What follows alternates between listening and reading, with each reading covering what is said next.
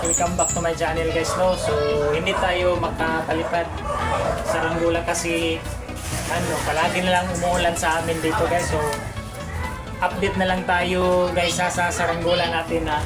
So ito guys, yung maliit oh. Pero try parang naputol yung sumba niya. So palitan rin natin ulit. So palitan natin na sumba guys ha. So ito yung pinakamaliit namin guys ha. So okay pa to. Okay pa yun yung pakpak niya guys ha.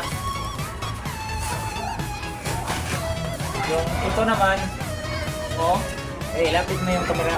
Medyo malap. Oh, parang na oh. Parang oh, kinakain na oh.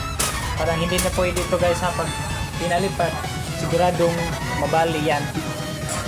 So ito hindi na lang natin para para i-junk na lang natin guys ha. Sayang oh, sayang yung angkla natin guys. So, hindi na pwede ito paliparin kasi oh. Yung tingnan ninyo guys oh, may mga oh, may mga butas yun dito sa pakpak niya guys ha.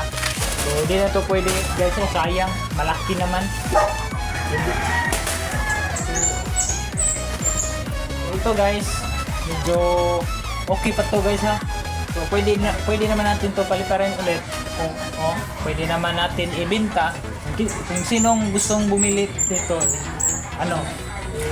binta natin ng 150 pesos lang guys ha, kasi medyo mahal yung plastic na ginagamit natin guys ha, yung plastic charol.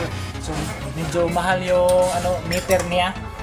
So ito guys ha, ito yung design niya. Pwede natin ibenta guys ha kung merong bumili.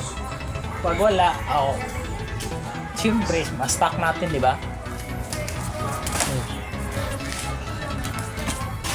So ito guys yung pinakamalaki nating saranggola guys ha, yung Canada. So okay naman to guys ha. Okay naman yung pakpak niya. Tapos yung buntot niya. So dapat palitan natin ang buntot niya, yung logo ng Philippines, yung Philippine flag. So palitan natin Philippine flag, tapos dito yung Canada. So i-try natin yung combination kung maganda ba yung resulta guys ha. So bago natin palitan, so dapat natin testingan natin ulit, paliparin natin ulit kung okay ba yung lipad niya. Pag okay, so palitan natin ang buntot niya guys ha. So yung Philippine flag lang yung ilagay natin, yung logo na yung star at saka may araw. So i-try natin guys ha, yung combination niya. So dito lang natin tatapusin yung video guys ha, kasi medyo umuulan na guys ha. So panoorin na lang ninyo guys ha. Baka next week o baka paliparin natin ulit, tapos bago natin palitan. So dito na lang guys ha.